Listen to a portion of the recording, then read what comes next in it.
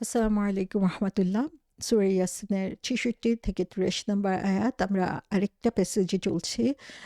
এখন নতুন আরেকটা প্যাসেজ শুরু হতে যাচ্ছে। যদিও এই প্যাসেজটা হচ্ছে আগের যে আয়াতগুলো রয়েছে সেই আয়াতটা গুলোর সাথে সামঞ্জস্যপূর্ণ। তারপরে আমরা দেখি যে এখানে নতুন কিছু কথা চলে আসছে। সো সেখানে আমরা দেখেছি যে কিয়ামতের দিন মানুষের কি কঠিন অবস্থা হবে যারা হচ্ছে অবিশ্বাসী এবং মুনাফেক, তাদের জন্য আল্লাহ সাক্ষীর জন্য কি ব্যবস্থা রেখেছেন। সেদিন তাদের মুখকে সিল মেরে দেওয়া হবে, তাদের হাত এবং পা তাদের বিরুদ্ধে সাক্ষী দিবে এবং তারা যে কাজগুলো দুনিয়াতে করে এসেছে গতানুগতিকভাবে সেই কাজগুলো সাক্ষী আল্লাহ সুবহানাহু ওয়া তাআলা সেদিন তাদের কাছ থেকে নিবেন। এবং অবশ্যই আমরা বুঝতে পারছি যে সেই দিনটা কত কঠিন হবে। তারপরেই আল্লাহ সুবহানাহু ওয়া তাআলা ৬৬ নম্বর আয়াতে আমাদেরকে বলছেন, আউযু বিল্লাহি মিনাশ শাইতানির রাজিম, ওয়ালাউ নাশাউ লাতামাসনা আলা আয়ুনিহিম ফাস্তাবাকু সিরাতা ফাআন্না ইউবসিরুন। আমি ইচ্ছা করলে তাদের দৃষ্টিশক্তি বিলুপ্ত করে দিতে পারতাম, তখন তারা পথের দিকে দৌড়াইতে চাইলে কেমন করে দেখতে পেত। আল্লাহ সুবহানাহু ওয়া তাআলা এখানে বলছেন যে ওয়ালাউ নাশাউ লা তামাসনা। এখানে তামাস শব্দটা এসেছে। তামাস শব্দটার অর্থ হচ্ছে আম কোনো কিছু হচ্ছে মুছে ফেলা, কোনো কিছুকে ইরাডিকেট করা, কোনো কিছুকে আ আ তুলে ফেলা কোনো জায়গা থেকে। মূলত এটা দিয়ে বোঝানো হয় কোনো জিনিস যখন ঘষে উঠিয়ে ফেলা হয় তখন সেই জিনিসটাকে তামাসা বলা হয়ে থাকে। যেমন আমরা ইরেজার দিয়ে যখন কোনো লেখা লিখি বা হার্ড করে লিখা হয়েছে যে সেটা উঠানো যাচ্ছে না, সেটাকে অনেক করে ঘষে তারপরে আমরা সেই ইরেজার দিয়ে সেই লেখাটাকে উঠানোর চেষ্টা করি, এটাকে হচ্ছে তামাসা বলা হয়ে থাকে। সো এখানে আমরা দেখি যে আল্লাহ সুবহানাহু ওয়া তাআলা বলছেন যে সেদিন তামাসনা আলা আয়ুনিহিম, যে তাদের চোখের উপরে আল্লাহ সুবহানাহু ওয়া তাআলা ঘষে তাদের চোখের যে দৃষ্টিশক্তি সেই দৃষ্টিশক্তিটাকে তিনি দূর করে দিবেন। সো এখানে আমরা দেখি যে কোনো কিছু তাদের চোখের মধ্যে যদি কোনো আলো থাকেও সেটাকেও আল্লাহ দূর করে দিচ্ছেন এবং তার মাধ্যমে তারা ডিসফিগার্ড হচ্ছে, তাদের হচ্ছে চোখের দৃষ্টিশক্তি হারিয়ে যাচ্ছে, যার মাধ্যমে তারা পথ খুঁজে নিতে পারত। সেই পথ খোঁজার কোনো সুযোগ তাদের তখন আর থাকবে না, কারণ তারা তখন চোখেই দেখতে পাচ্ছে না। সো আল্লাহ সুবহানাহু ওয়া তাআলা এমনিভাবে তাদের দৃষ্টিশক্তিকে দূর করে দিবেন যে সঠিক পথ কোনটা সেটা তারা দেখতে পাবে না এবং তারা পথ খোঁজার জন্য স্ট্রাগল করবে, কিন্তু তাদের পথ পাওয়ার কোনো সুযোগ সেখানে থাকবে না। এটার ব্যাখ্যায় আমরা দেখি ইবনে আব্বাস রাদিয়াল্লাহু আনহু বলছেন যে আল্লাহ এখানে বলেছেন যে তিনি যদি ইচ্ছা করেন তাহলে আমরা তাদেরকে মিসগাইড করতে পারতাম ট্রু গাইডেন্স থেকে, এবং তাহলে তারা কিভাবে গাইডেড হতো। এবং অন্য জায়গায় বলা হয়েছে যে আমরা তাদেরকে অন্ধ করে দিতে পারতাম। সো এখানে যে জিনিসটা আমরা দেখছি যে আল্লাহর যদি এটাই প্ল্যান হতো যে আল্লাহ আমাদেরকে অন্ধ করে দিতে চান, তাহলে হচ্ছে তখন আমাদের চোখের দৃষ্টিশক্তি তিনি সরিয়ে নিতে পারতেন, তিনি আমাদের জন্য কোনো গাইডেন্স না পাঠাতে পারতেন, হেদায়েতের রাস্তা আমাদেরকে না দেখাতে পারতেন। সো আল্লাহ সুবহানাহু ওয়া তাআলা সেটা করার শক্তি তার ছিল, কিন্তু আল্লাহ সেটা করেন নাই। আল্লাহ সুবহানাহু ওয়া তাআলা আমরা দেখি যে যুগে যুগে প্রত্যেক জাতির জন্য আল্লাহ সুবহানাহু ওয়া তাআলা গাইডেন্স পাঠিয়েছেন, পথ প্রদর্শক পাঠিয়েছেন, নবী রাসূল পাঠিয়েছেন। হাসান আল বসরি রহমতুল্লাহ আলাইহি বলেছেন এর অর্থ হচ্ছে আল্লাহ যদি ইচ্ছা করত তাহলে আল্লাহ মানুষের চোখকে ঢেকে দিতে পারত, তাদেরকে অন্ধ করে দিতে পারত এবং মানুষ তখন হোঁচট খেয়ে খেয়ে পথে চলত। এবং কাতাদা রহমতুল্লাহ আলাইহি, মুজাহিদ রহমতুল্লাহ আলাইহি তারা বলেছেন যে তারা হচ্ছে সঠিক পথ পাওয়ার জন্য তখন কষ্ট করতে থাকতো, চেষ্টা করতে থাকতো, কিন্তু সঠিক পথে দেখা তারা পেত না। আবার ইবনে যায়েদ রহমতুল্লাহ আলাইহি বলেছেন যে এখানে যে রাস্তার কথা বলা হয়েছে সেই রাস্তাটা হচ্ছে সত্য পথের রাস্তা, যে যদি তাদের চোখ ঢাকাই থাকতো তাহলে তারা কিভাবে সত্য পথ দেখতে পেত, তারা সত্যটা বুঝতে পারত না। তার মানে হচ্ছে আল্লাহ সুবহানাহু ওয়া তাআলা আসলে আমাদেরকে সত্যকে বুঝার মতো করে তৈরি করেছেন, সত্যকে বুঝার উপকরণ আমাদের চারপাশে দিয়ে দিয়েছেন। হাসান বসরি আবার বলেছেন যে আল্লাহ যদি ইচ্ছা করতেন তাহলে তিনি আমাদের দৃষ্টিশক্তিকে আম আম যেমন করে কালিকে বা পানিকে শুষে নেওয়া হয় কোনো স্পঞ্জ, সেভাবে তিনি সে দৃষ্টিশক্তিকে নিয়ে যেতে পারতেন এবং মানুষকে তিনি অন্ধ অবস্থায় রাখতেন এবং সে হচ্ছে তার চলার পথে হোঁচট খেতে, খেতে চলতে থাকতো এবং সঠিক পথ তারা পেত না। এবং এখান থেকে আমরা দেখি যে আল্লাহ ইচ্ছে করলেই আমাদেরকে অন্ধ রাখতে পারতেন, সঠিক পথ নাও দেখাতে পারতেন, কিন্তু আল্লাহ সেটা করেন নাই। তো এখান থেকে আমরা দেখতে পাচ্ছি যে আল্লাহ আসলে আমাদের প্রতি কতটুকু সহানুভূতিপূর্ণ এবং কতটুকু তিনি আমাদেরকে সাহায্য করতে চান, যে যুগে, যুগে তিনি আমাদের জন্য চলার পথ, গাইডেন্স, সিরাতুল মুস্তাকিম যেটাকে বলা হয়েছে, সেই রাস্তা তিনি বারবার আমাদেরকে দেখিয়ে দিয়েছেন। কিন্তু যারা হচ্ছে ডিসবিলিভার, যারা হচ্ছে অবিশ্বাসী, তারা হচ্ছে মিসগাইডেড থাকাটাই পছন্দ করেছে। সো আল্লাহ সুবহানাহু ওয়া তাআলা এখানে মানুষের যে সৎ পথ বা ভালো পথকে খোঁজার চেষ্টা বা গাইডেন্স বা হেদায়েতের পথে চলার জন্য সুযোগ থাকা সত্ত্বেও তারা যে হেদায়েত থেকে দূরে সরে যায়, হেদায়েতের পথ থেকে দূরে সরে যায়, সেটাই আল্লাহ সুবহানাহু ওয়া তাআলা এখানে দেখাচ্ছেন যে পুরো কোরআন আমার সামনে রয়েছে, তারপরেও তোমরা কিভাবে মিসগাইডেড হও। আমরা যদি কোরআনের যে নাম বা কোরআনের যে বর্ণনা বা কোরআনের যে কারণ আল্লাহ সুবহানাহু ওয়া তাআলা বলেছেন, সেটা হচ্ছে যে কোরআন হচ্ছে আমাদের জন্য হুদা, কোরআন হচ্ছে আমাদের জন্য গাইডেন্স, কোরআন হচ্ছে আমাদের সত্য এবং মিথ্যার পার্থক্যকারী। সো আমরা যদি কোরআনকে গাইডেন্স হিসাবে না নেই, যে পুরো সত্য রাস্তাটা আল্লাহ সুবহানাহু ওয়া তাআলা এখানে দেখিয়ে দিয়েছেন, যে সূরা ফাতিহায় আমরা বলছি ইহদিনাস সিরাতাল মুস্তাকিম, আমাদেরকে সঠিক সরল পথ দেখাও। পুরা কোরআন হচ্ছে সেটার জবাব। আল্লাহ সুবহানাহু ওয়া তাআলা সেই পথ আমাদেরকে দেখিয়ে দিয়েছেন, কিন্তু আমরা যদি ইচ্ছে করেই সেই পথ থেকে দূরে সরে থাকতে চাই, আমরা যদি কোরআনকে বুঝার চেষ্টা না করি, আমরা যদি কোরআন থেকে হেদায়েত লাভ করার চেষ্টা না করি, তাহলে কিভাবে আমরা রাস্তা খুঁজে পাবো? সো এটা আমাদেরকে অবশ্যই চিন্তা করতে হবে যে এই যে হেদায়া, এই যে আল্লাহর পক্ষ থেকে গাইডেন্স, এটা একটা আল্টিমেট ব্লেসিং আমাদের জন্য, এবং আল্লাহ যে আমাদেরকে ভালোবাসেন সেটার একটা প্রমাণ হচ্ছে, একটা সাইন হচ্ছে এটা, যে তিনি আমাদের জন্য এই গাইডেন্সটা রেখে দিয়েছেন, তিনি আমাদের জন্য স্পিরিচুয়াল লাইট রেখে দিয়েছেন, আমাদের আত্মিক প্রশান্তির ব্যবস্থা করে দিয়েছেন, তিনি এই দুনিয়াতে কিভাবে চলতে হবে সেটা আমাদেরকে জানিয়ে দিয়েছেন, যেন আমরা আখিরাতে সফল কাম হই। এই ব্লেসিংটা তারাই আসলে পেতে পারে যারা হচ্ছে চোখ খোলা রাখে, যারা এই চোখ দিয়ে বুঝার জন্য চেষ্টা করে, যারা অন্ধের মতো চলে না, যে আমার বাপদাদা করেছে, আমরা সারা জীবনে এই জিনিস দেখে এসেছি, অথচ পুরো কোরআন তোমার সামনে আছে, তুমি একবারও সেই কোরআনকে বুঝার চেষ্টা করলে না, সেই চোখ থেকেও অন্ধ থাকার মতো অবস্থা।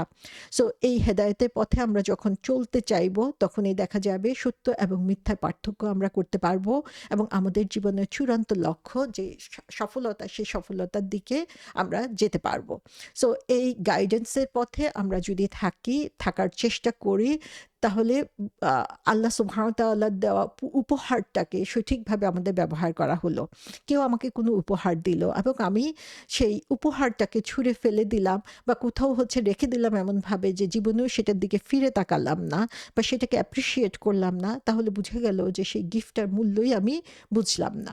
তো সেই হেদায়েত যে আমাদের জন্য একটা গিফট, সেটা আমাদেরকে বুঝতে হবে এবং সে অনুযায়ী আমাদেরকে এই সঠিক পথে চলার জন্য চেষ্টা করতে হবে। আল্লাহর এই নিয়ামতের শুকরিয়া আদায় আমরা এভাবেই করব, যে আমরা প্রতিনিয়ত সেই গাইডেন্সের পথে চলার জন্য চেষ্টা করব। ৬৭ নম্বর আয়াতে আল্লাহ সুবহানাহু ওয়া তাআলা বলছেন, ওয়ালাউ নাশাউ লামাসাখনাহুম আলা মাকানাতিহিম ফামাস্তাতাউ মুদিয়্যা ওয়ালা ইয়ারজিউন। আমি ইচ্ছা করলে তাদেরকে স্ব স্থানে আকার বিকৃত করতে পারতাম, ফলে তারা আগেও চলতে পারতো না এবং পিছনেও ফিরে যেতে পারতো না। আল্লাহ সুবহানাহু ওয়া তাআলা ক্ষমতা হচ্ছে অসীম, তিনি ইচ্ছে করলে এগুলো করতে পারতেন, কিন্তু আল্লাহ বারবার আমাদের সামনে এই কথাগুলো তুলছেন যে ইচ্ছে করলে তিনি এটা করতে পারতেন, কিন্তু তিনি এটা করেন নাই। এটা তার কাছ থেকে আমাদের জন্য একটা রহমত, কিন্তু আমরা তার এই রহমতটাকে কি দুর্বলতা হিসেবে নিচ্ছি? আমরা কি সেই রহমত বা সেই নিয়ামতটার সঠিক শুকরিয়া আদায় করছি? আল্লাহ বলছেন এখানে যে যারা হচ্ছে রং ডুয়ার, যারা হচ্ছে ভুল পথে পরিচালিত, তিনি তাদেরকে অন্যভাবেও শাস্তি দিতে পারতেন যদি তিনি ইচ্ছা করতেন। আগের আয়াতে যেমন তিনি বলেছেন যে তিনি তাদেরকে অন্ধ করে দিতে পারতেন, যে কারণে তারা সামনে কি আছে দেখতে পেত না। এই আয়াতে তিনি বলছেন যদি তিনি ইচ্ছে করতেন, তাহলে তিনি তাদেরকে অন্যভাবে তৈরি করতে পারতেন, তাদেরকে প্যারালাইজড করে দিতে পারতেন, তাদের হাত পায়ে কাজ করার ক্ষমতা নাও থাকতে পারত। সো এটা দিয়ে আসলে কি বুঝায়? এটা দিয়ে বুঝায় যে আল্লাহ পুরো কন্ট্রোল রয়েছে আমাদের সবার উপরে। সো এখানে আল্লাহ ইচ্ছে করলেই তাদেরকে তাদের চেহারা বিকৃত করে দিতে পারতেন, তাদের অঙ্গ প্রত্যঙ্গ বিকৃত করে দিতে পারতেন, কিন্তু তিনি সেটা করেন নাই। সো আল্লাহ ইচ্ছা করলেই তাদের টোটালি তাদের সেন্সগুলো থেকে তাদেরকে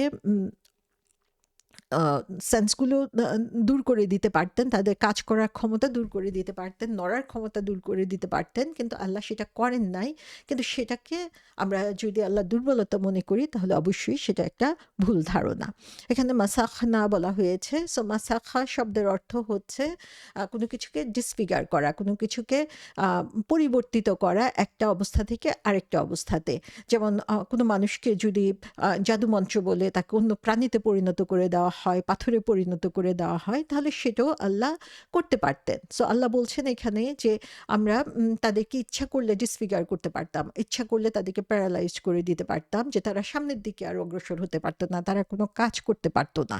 সো আল্লাহ সেই ক্ষমতা রয়েছে, কিন্তু আল্লাহ সুবহানাহু ওয়া তাআলা সেটা করেন নাই। সো এটা হচ্ছে আমাদেরকে একটা চিত্র আল্লাহ সুবহানাহু ওয়া তাআলা আমাদের সামনে তুলে ধরছেন, যে at the end of the day আল্লাহ যে কাজগুলোর কথা এখানে আমাদেরকে করতে বলছেন, ইটস নট ফান, এটা একটা গেম না।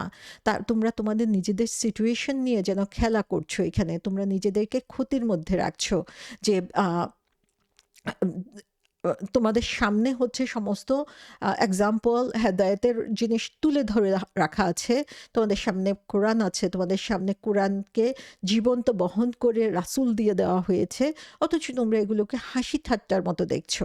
সো আল্লাহ বলছেন যে লাউ নাশা, আমরা যদি ইচ্ছে করতাম তাহলে আমরা করতে পারতাম, কিন্তু আমরা সেটা করি নাই। সো এখানে দেখা যাচ্ছে যে তাদেরকে এমনভাবে পরিবর্তন করে দিতে পারতেন যে তাদের আর টার্ন ব্যাক বা ঘোরার কোনো ক্ষমতা, সরার কোনো ক্ষমতা থাকতো না। ইবনে আব্বাস রাদিয়াল্লাহু আনহু বলেছেন যে আমরা, এর অর্থ হচ্ছে আমরা তাদেরকে ধ্বংস করে দিতে পারতাম। আবার আসুদি বলেছেন যে আমরা তাদেরকে অন্য আকৃতিতে পরিবর্তন করে দিতে পারতাম। আবু সালিহ রহমতুল্লাহ আলহি বলেছেন যে আমরা তাদেরকে পাথর করে দিতে পারতাম। এবং কাতাদা রহমতুল্লাহ আলহি হাসান বসরি বলেছেন যে আমরা তাদেরকে তাদের পায়ের উপরে বসিয়ে দিতে পারতাম, অর্থাৎ এরকম ডিসফিগার্ড করে দিতে পারতাম যে তারা আর সামনের দিকে অগ্রসর হতে পারতো না। সো এখানে আমরা দেখি আল্লাহ সুবহানাহু ওয়া তাআলা যে জিনিসটা আমাদেরকে বলছেন যে আল্লাহ যেখানে আল্লাহ তাদের প্রতি এত বেশি রাগান্বিত, তারা যে খারাপ কাজগুলো করছে, এই খারাপ কাজের ফলাফল হিসেবে আল্লাহ তাদেরকে ডিসফিগার্ড করে দিতে পারতেন। আল্লাহ সুবহানাহু ওয়া তাআলা তারা যেখানে অন্যায়টা করেছে সেখানেই তাদেরকে স্টপ করিয়ে দিয়ে তাদের ক্ষমতাটা নষ্ট করে দিতে পারতেন, যে তারা সামনের দিকে যেন এগিয়ে যেতে না পারে। তো এই আয়াতে আরেকটা ব্যাখ্যায় তাফসীরকারগণ বলেছেন যে এটা ডে অফ জাজমেন্টের কথাও বলা হতে পারে, যে যখন আল্লাহ এই অবিশ্বাসীদেরকে চোখকে অন্ধ করে দিবেন এবং যখন তাদেরকে সেই ব্রিজের উপর দিয়ে যেতে হবে, পুলসিরাতের উপর দিয়ে যেতে হবে, তখন তারা চোখে দেখতে পাবে না এবং তাদের সামনের দিকে যাওয়ার কোনো ক্ষমতা থাকবে না। তো সুবহানাল্লাহ, আখিরাত হচ্ছে এমন একটা জায়গা, আমরা জানি যে দুনিয়াতে আমি যখনই আমার ভুল বুঝতে পারলাম আমার ফিরে আসার সুযোগ আছে, বরং যারা ফিরে আসে তওবা করে আল্লাহ সুবহানাহু ওয়া তাআলা তাদেরকে অনেক অনেক বেশি ভালোবাসেন। কিন্তু আখিরাতে যখন আমরা পৌঁছে যাব, there is no U turn, সেখান থেকে ইউ টার্ন নিয়ে ফিরে আসার কোনো সুযোগ নাই। সেটা ওয়ান ওয়ে রাস্তা, একবার পৌঁছে গেলাম সেখান থেকে আমার আর ফিরে আসার সুযোগ থাকবে না। সো এর মাধ্যমে আসলে আল্লাহ সুবহানাহু ওয়া তাআলা আমাদেরকে বলে দিচ্ছেন যে এই দুনিয়ার জীবনটা হচ্ছে টেম্পোরারি, কিন্তু এই দুনিয়ার জীবনের মধ্যে তুমি যে বীজ বপন করবা, আখিরাতে যে তুমি সেটার ফসলই ভোগ করতে পারবা। এবং যখনই তোমার শরীর থেকে তোমার আত্মাটা বের হয়ে যাচ্ছে, রুহটা বের হয়ে যাচ্ছে, তখন তোমার আর ইউ টার্ন করার কোনো সুযোগ থাকবে না। শুধু তাই না, মৃত্যুর সাথে সাথে আমাদের তওবা করার রাস্তাটাও বন্ধ হয়ে যাচ্ছে। অথচ দুনিয়ার বুকে আমরা যদি তওবা করতাম তাহলে আল্লাহর কাছে আমরা সম্মানিত হতে পারতাম। এবং আমাদের ফাইনাল ডেস্টিনেশন আসলে মৃত্যুর সাথে সাথে শেষ হয়ে যায় না, ফাইনাল ডেস্টিনেশন হচ্ছে জান্নাত অথবা জাহান্নাম। এবং সেখানে যাওয়ার পথটাও হচ্ছে মৃত্যুর পরে ওয়ান ওয়ে হয়ে যাচ্ছে, সেখানে আর কোনো পরিবর্তন করার সুযোগ আমাদের নাই। আমরা যখন এই জিনিসটাকে সঠিকভাবে উপলব্ধি করতে পারবো, আমরা আর্জেন্সিটা বুঝতে পারবো যে কতটুকু এই দুনিয়ার বুকে থাকতেই আমার নিজেকে পরিবর্তন করে নিতে হবে, আমার চলার রাস্তাটা ঠিক করে নিতে হবে। যখনই আমি বুঝবো আমি ভুল পথে পথে চলছি, তখন ইউটার্ন নিয়ে আবার আল্লাহর দিকে আমাকে ফিরে আসতে হবে। আল্লাহ সুবহানাহু ওয়া তাআলা আমাদেরকে ফ্রিডম অফ চয়েস দিয়েছেন, আমাদেরকে ইচ্ছা শক্তি দিয়েছেন, যে আমরা আমাদের মনের মতো ইচ্ছা মতো আমরা চলতে পারি। কিন্তু আমরা যখনই ভুল করি, আল্লাহ ইচ্ছা করলে আমাদের উপর একটা গজব দিয়ে দিতে পারতেন, আল্লাহ ইচ্ছা করলে আমাদেরকে থামিয়ে দিতে পারতেন। সেটা আল্লাহ করছেন না, কারণ আল্লাহ সুবহানাহু ওয়া তাআলা চান আমরা স্বেচ্ছায় কতটুকু তার সন্তুষ্টির জন্য কাজ করি। তো আল্লাহ সুবহানাহু ওয়া তাআলা এর আগের আয়াতগুলোতে আখিরাতের সেই ভয়াবহতা আমাদের সামনে তুলে ধরেছেন, এবং সেখানে এখন আমাদেরকে সতর্ক করে দিচ্ছেন যে তোমরা যদি এই দুনিয়ার জীবনটা নিয়ে যে গর্ব করছো, এই দুনিয়ার জীবনে তোমরা যেভাবে আমার নবী রাসূলদেরকে অপদস্থ করছো এবং নিজেদেরকে বড় মনে করছো, আসলে তোমরা কত হেল্পলেস। আল্লাহ ইচ্ছা করলেই তোমাদের অন্ধ করে দিতে পারেন। আচ্ছা, আল্লাহ ইচ্ছা করলেই তোমাদেরকে বিকৃত করে দিতে পারেন। আল্লাহ ইচ্ছা করলেই তোমাদের চলার ক্ষমতা নষ্ট করে দিতে পারেন। কিন্তু আল্লাহ সুবহানাহু ওয়া তাআলা সেটা করছে না। যেন তোমরা চিন্তা করো এবং তোমরা সেই ভুল পথ থেকে ইউটার্ন নিয়ে সঠিক পথে চলে আসো।